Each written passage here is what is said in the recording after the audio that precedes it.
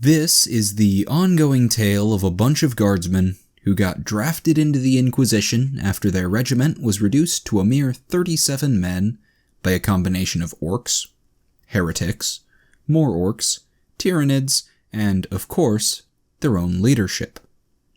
Currently, they work for an Inquisitor that is the 40k equivalent of Professor Oak. He provides teams and missions to interrogators who need to get some leadership experience before becoming full Inquisitors. Sarge's head hurts. He is lying in a pile of rubble. One of his eyes isn't working. He can't feel his left arm, and the only thing he can hear over the ringing in his ears is muffled coughing coming from some debris on the other side of the dimly lit room. While he watches, a hand claws its way out of the wreckage and seizes the edge of a table. Seconds later, it's followed by the scrawny arm, scrawnier chest, and helmeted head of Nubby. Sarge tries to croak a warning as the trooper overbalances and falls against the wall, but he's too late. The entire room is filled with blinding light and screams. Cursing loudly and moving with incredible speed, Sarge lifts the table off his arm, staggers to his feet, and switches the lights back off. All around the room, figures are sitting up and swearing at Nubby between pained groans. A half-empty bottle sails out of a small furniture fortress and just barely misses the trooper. In a croaking voice, Sarge asks if anyone remembers where they are, why an eye patch and tricorn have been glued to his head, and who the trooper duct-taped to the ceiling is. Twitch is frantically searching his fort for several personal items that seem to be missing. Outside, there's an ominous click as Sarge finds one of them. In the middle of the frantic scramble to defuse the mine, a tall man wearing a bathrobe and holding a cup of recaf walks in. The man takes in the wrecked room, and its mostly sleeping occupants, then casually picks his way towards the troopers. He steps around the spot where Sarge is trying not to move, and makes his way to Twitch's fortress, where he retrieves a suit jacket and a few pieces of feminine clothing that were used in the construction. As the man heads back out, he reminds everyone that their shuttle leaves in 2 hours. Up on the ceiling, the squad's new technical expert, Tink, wakes up and immediately slams his head into the metal plating. The All-Guardsmen Party and the Interplanetary Man of Mystery. So no shit, there we were. 5 hungover guardsmen in a shuttle conference room, getting briefed on a desertion problem so massive that a literal army of commissars couldn't stop it. At least, that's what we thought the briefing was about. It had been written by an Inquisitor with an accent so thick that he was nearly impossible to understand, and he'd felt the need to include that accent in his writing. This problem was compounded by the fact that the bathrobe-wearing man reading it obviously didn't really give a damn, and would often skip whole sections or pause to inject snarky comments. The man in the bathrobe was our new interrogator. We'd been hanging out in our section of Oak's ship when this guy suddenly burst in, dodged Twitch's reaction shot, and threw a briefcase into Sarge's lap. Then, without so much as pausing to introduce himself, he told us we had an hour to get the party started before the girls arrived and left again. The briefcase was full of money and marked evidence. We didn't overthink the situation. Nubby grabbed a few other guardsmen and went to get supplies. Sarge formed an impromptu cleaning detail, and the rest of the squad went to see who else was up for a good time. Things were already getting pretty lively when the mystery man returned with over a dozen sororitas and half of the all-female assassination team from Deck G in tow. Just saying that we were surprised doesn't really do the situation justice. If it weren't for the large supply of liquid courage, most of the guardsmen present would have fled in terror. It was one hell of a party. Shame none of us could really remember it afterwards. Right as things had been really getting started, the mystery man came over to where we were sitting and pulled Tink, the rather infamous regimental techie, out of the crowd. He briefly introduced himself as Bane Johns, and said he was our new interrogator, and told us to enjoy ourselves. When Sarge asked about the mission, the interrogator just said he'd brief us and introduce the rest of the team later. They were busy doing boring stuff. After that, he wandered off and got a high-stakes poker game started with the leftover money from the briefcase, leaving us with the rather confused techie. After that, things were a bit of a blur, but a few incidents stood out. Nubby spectacularly lost the poker game and got a black eye after making a rather impertinent remark to Doc's hospitalier lady friend. Tink was thoroughly rejected by Hannah the cog girl, then got into a heated argument with Twitch over whether an autogun could turn someone into an orc. That ended with Doc taking most of Twitch's weapons away, and Tink somehow wound up taped to the ceiling. Doc disappeared after the incident and didn't show up until morning, when he wandered in smelling of flowery antiseptic and helped cut Tink down. No one could remember what Sarge did during the party, why he was dressed like a rogue traitor, or whose idea the glue and permanent marker was. We all remembered the interrogator, though. He was everywhere during the party. He drank more than anyone could really believe, won the poker game, and left with a sister hanging on each arm after laying out 2 guardsmen during a rather spectacular brawl. Then come morning, he was up and moving without showing a single sign of discomfort. It was almost enough to make you hate him. The half-assed briefing came to a crashing halt when the rest of our team came in and demanded to know who we were and why we were in their shuttle. In retrospect, it's easy to see why they didn't recognize us as the team's muscle. None of us looked very professional. Twitch and Nubby were obviously hungover. Doc was sleeping across a row of chairs. Tink was still half covered in tape, and it was going to take some serious solvents to get the hat and eye patch off Sarge. As for the interrogator, most folks don't imagine a man lounging around in a bathrobe when they hear the phrase, Senior Inquisitorial Agent. With one exception, the rest of the team consisted of the 5th worst type of people you can find in the Inquisition. Bureaucrats. Coming in right between insane zealots and raging paranoids, they were the sort of extremely serious and tedious individuals that don't derive any actual satisfaction from their life or see why you should either. They'd all been some sort of special Arbites team or something, but 2 of them were just adepts with shock mauls, and the other 2 were the most tedious arbitrators in existence. To a man, they were unpleasant to be around. It was easy to see why the interrogator hadn't invited them to the party, and their 5th was even worse. He was the absolute worst type of inquisitorial teammate. A psyker. Not a nice, sane psyker either. He was a mutterer and radiated a sort of depressing aura. His mere presence was so mind-numbing that it had to be either the result or cause of his teammates' personalities. The interrogator got them all calmed before anyone drew a firearm or the psyker exploded, then made a few introductions and ditched us. He tossed the briefing documents to one of the adepts and just wandered off. Obviously, he had better things to do than sit around planning the mission. After an hour or so of tedious discussion, We all decided that he had the right idea and followed suit. No one seemed to notice when we left. That set the tone for the rest of the trip.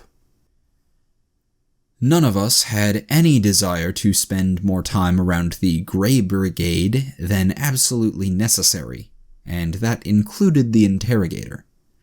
He didn't exclude them from briefings or anything like that. Instead, he just dumped the whole pile of data provided by the Inquisitors on the bureaucrats and told them to handle it. They didn't object to this treatment, and we certainly didn't want to get stuck with all the tedious mission planning. But this behavior struck us as slightly odd. As far as we could tell, the interrogator wasn't doing anything to prepare for the near-impossible task in front of us. Instead, he seemed focused on enjoying himself as much as possible during the voyage. The man seemed to have some sort of superpower. Somehow, he could get a party started any time, any place, at a moment's notice. Every time we saw him, he was either telling an amusing story, running a poker game, or had a beautiful woman on his arm. It was damned impressive, especially given that we were on a Navy vessel, not a cruise ship. The only problem was that we couldn't keep up. At first, we tagged along behind Bane. He was the best source of entertainment on the ship. But the man was perfectly capable of drinking until 3 every single night. After a week, we gave up and just stood back and watched.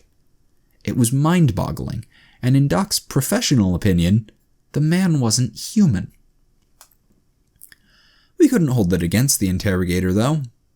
He was just a natural-born party animal, and did his best to make sure we enjoyed ourselves when we joined him.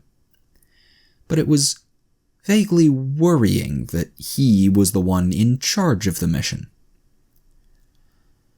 While the interrogator partied and the boring people did boring things, we settled into our own routine and brought Tink properly into the squad. Tink got his name because Fix would have been confusing on the battlefield, and he had the poor taste to complain that Tink was a sissy name when someone called him by it. Back in the regiment, he had been one of the grease monkeys who hung around the motor pool and armory. He wasn't an engine seer, and got rather snippy if someone called him one. He was just a helper who'd picked up far more knowledge than the average tech priest would want him to have. This made him a lot more useful if you wanted to get something fixed without also receiving a lecture on machine spirits and maintenance rituals. Tink was a solid trooper who pulled his weight despite being rather scrawny and hopeless when it came to close-range combat. He could fix just about any technical problem a guardsman could have, and was the only plasma trooper we knew that still had all his original fingers and no skin grafts. That said, Tink wasn't exactly popular with the rest of the regiment. The problem was that, not to put too fine a point on it, he was weird.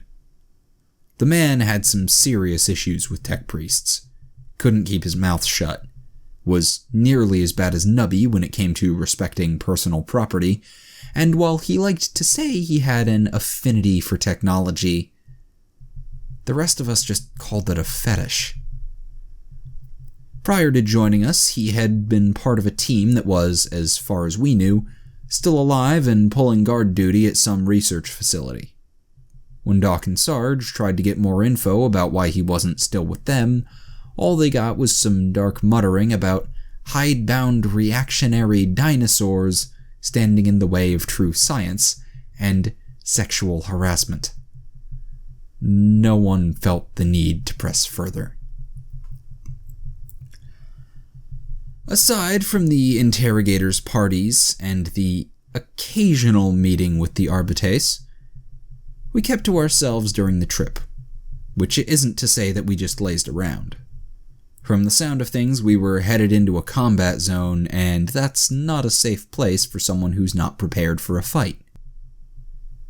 None of us were keen on wasting time reviewing data and making intricate plans with the bureaucrats. Instead, we focused on getting our kit and ourselves into top condition. Sarge led drills, Nubby procured a few extra supplies, and Tink gave almost all of our gear a complete workover. Twitch wouldn't let anyone touch his stuff. And after Tink got a look at the modifications Twitch had made, he didn't want to even be in the same room as the Demolitions Troopers' gear.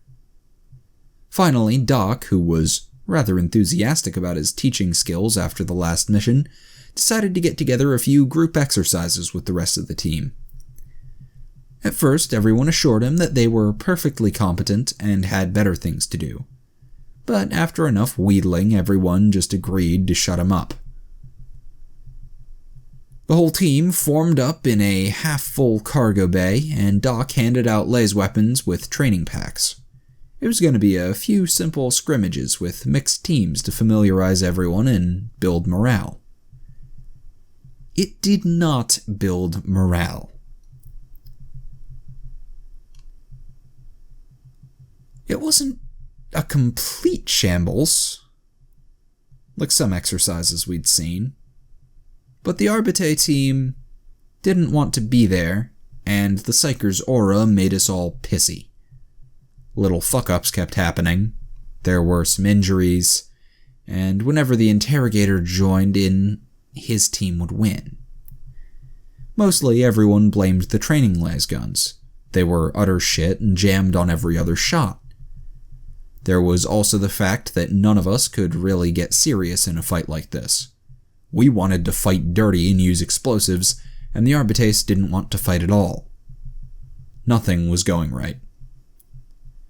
We all just moped around and got more and more frustrated until Sarge snapped at the Psyker, who'd failed to hit anyone all day, and told him to do something useful, damn it. A minute later, a small localized shipquake shook the bay and knocked crates onto both Tink and one of the Arbites. Then for an encore, the Psyker manifested a layer of ice on the floor, which he then slipped on, causing him to fly face first into a wall and knock himself out cold. The interrogator called a halt there and suggested that we not try this again. He then wandered off to see if anything was happening down on level 6, while we dug Tink and the Arbite out, and Doc checked the Psyker for a cracked skull.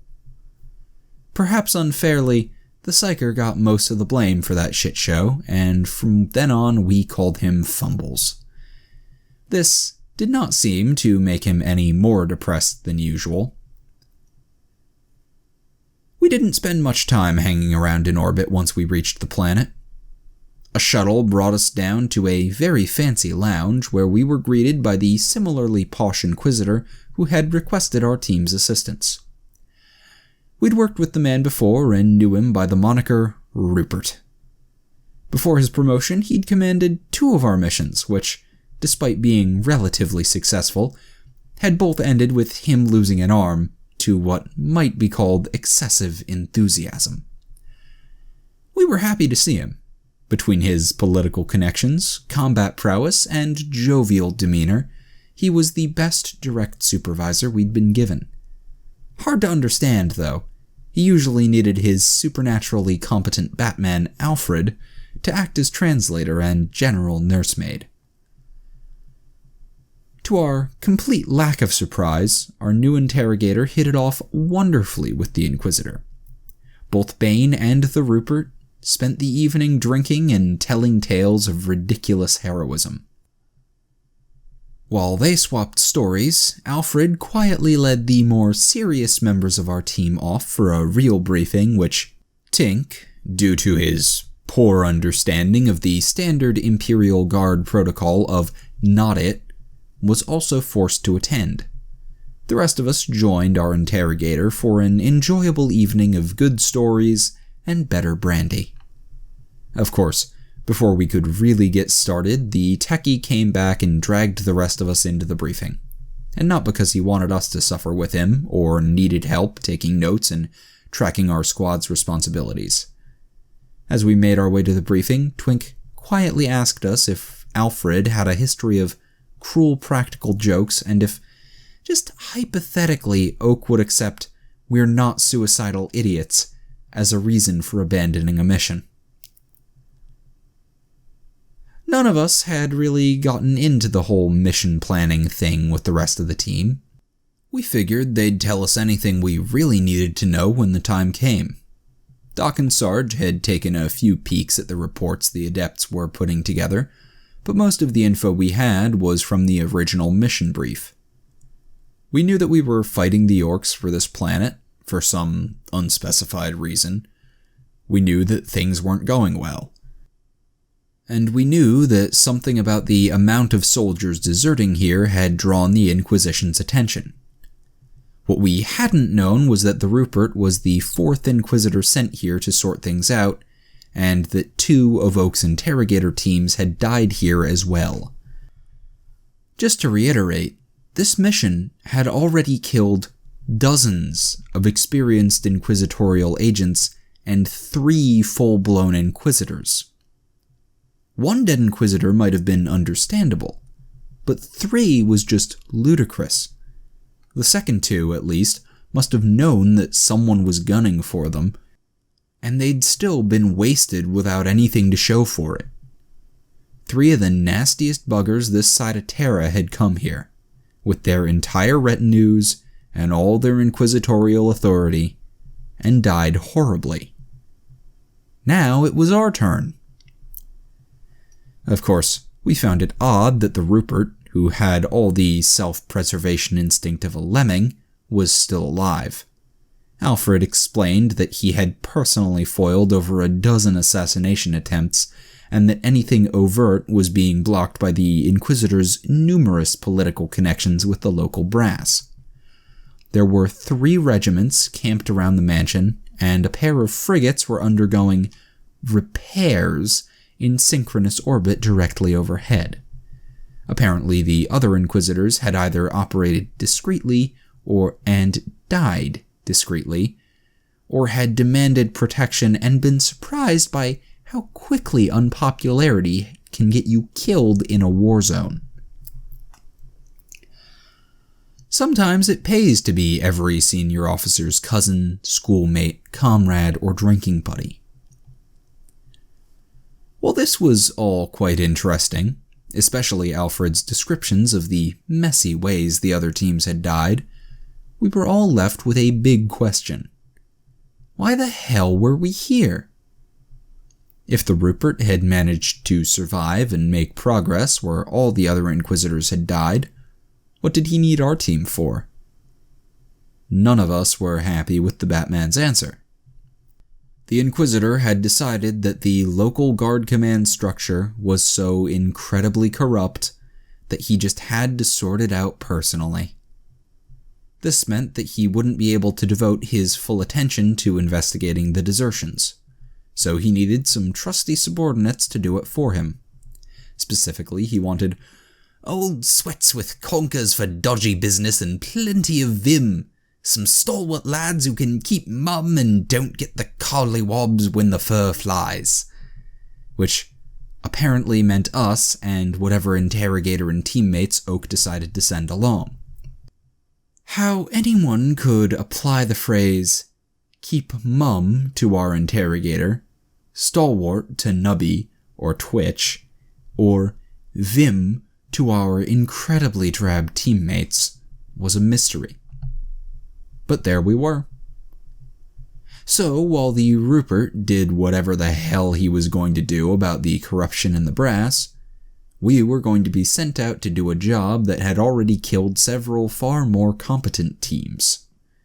As Alfred outlined the largest morale and desertion problem any of us had ever heard of, we listened to the sound of the socialite interrogator and the old warhorse drinking and swapping tall tales in the next room, and pondering our chances of survival.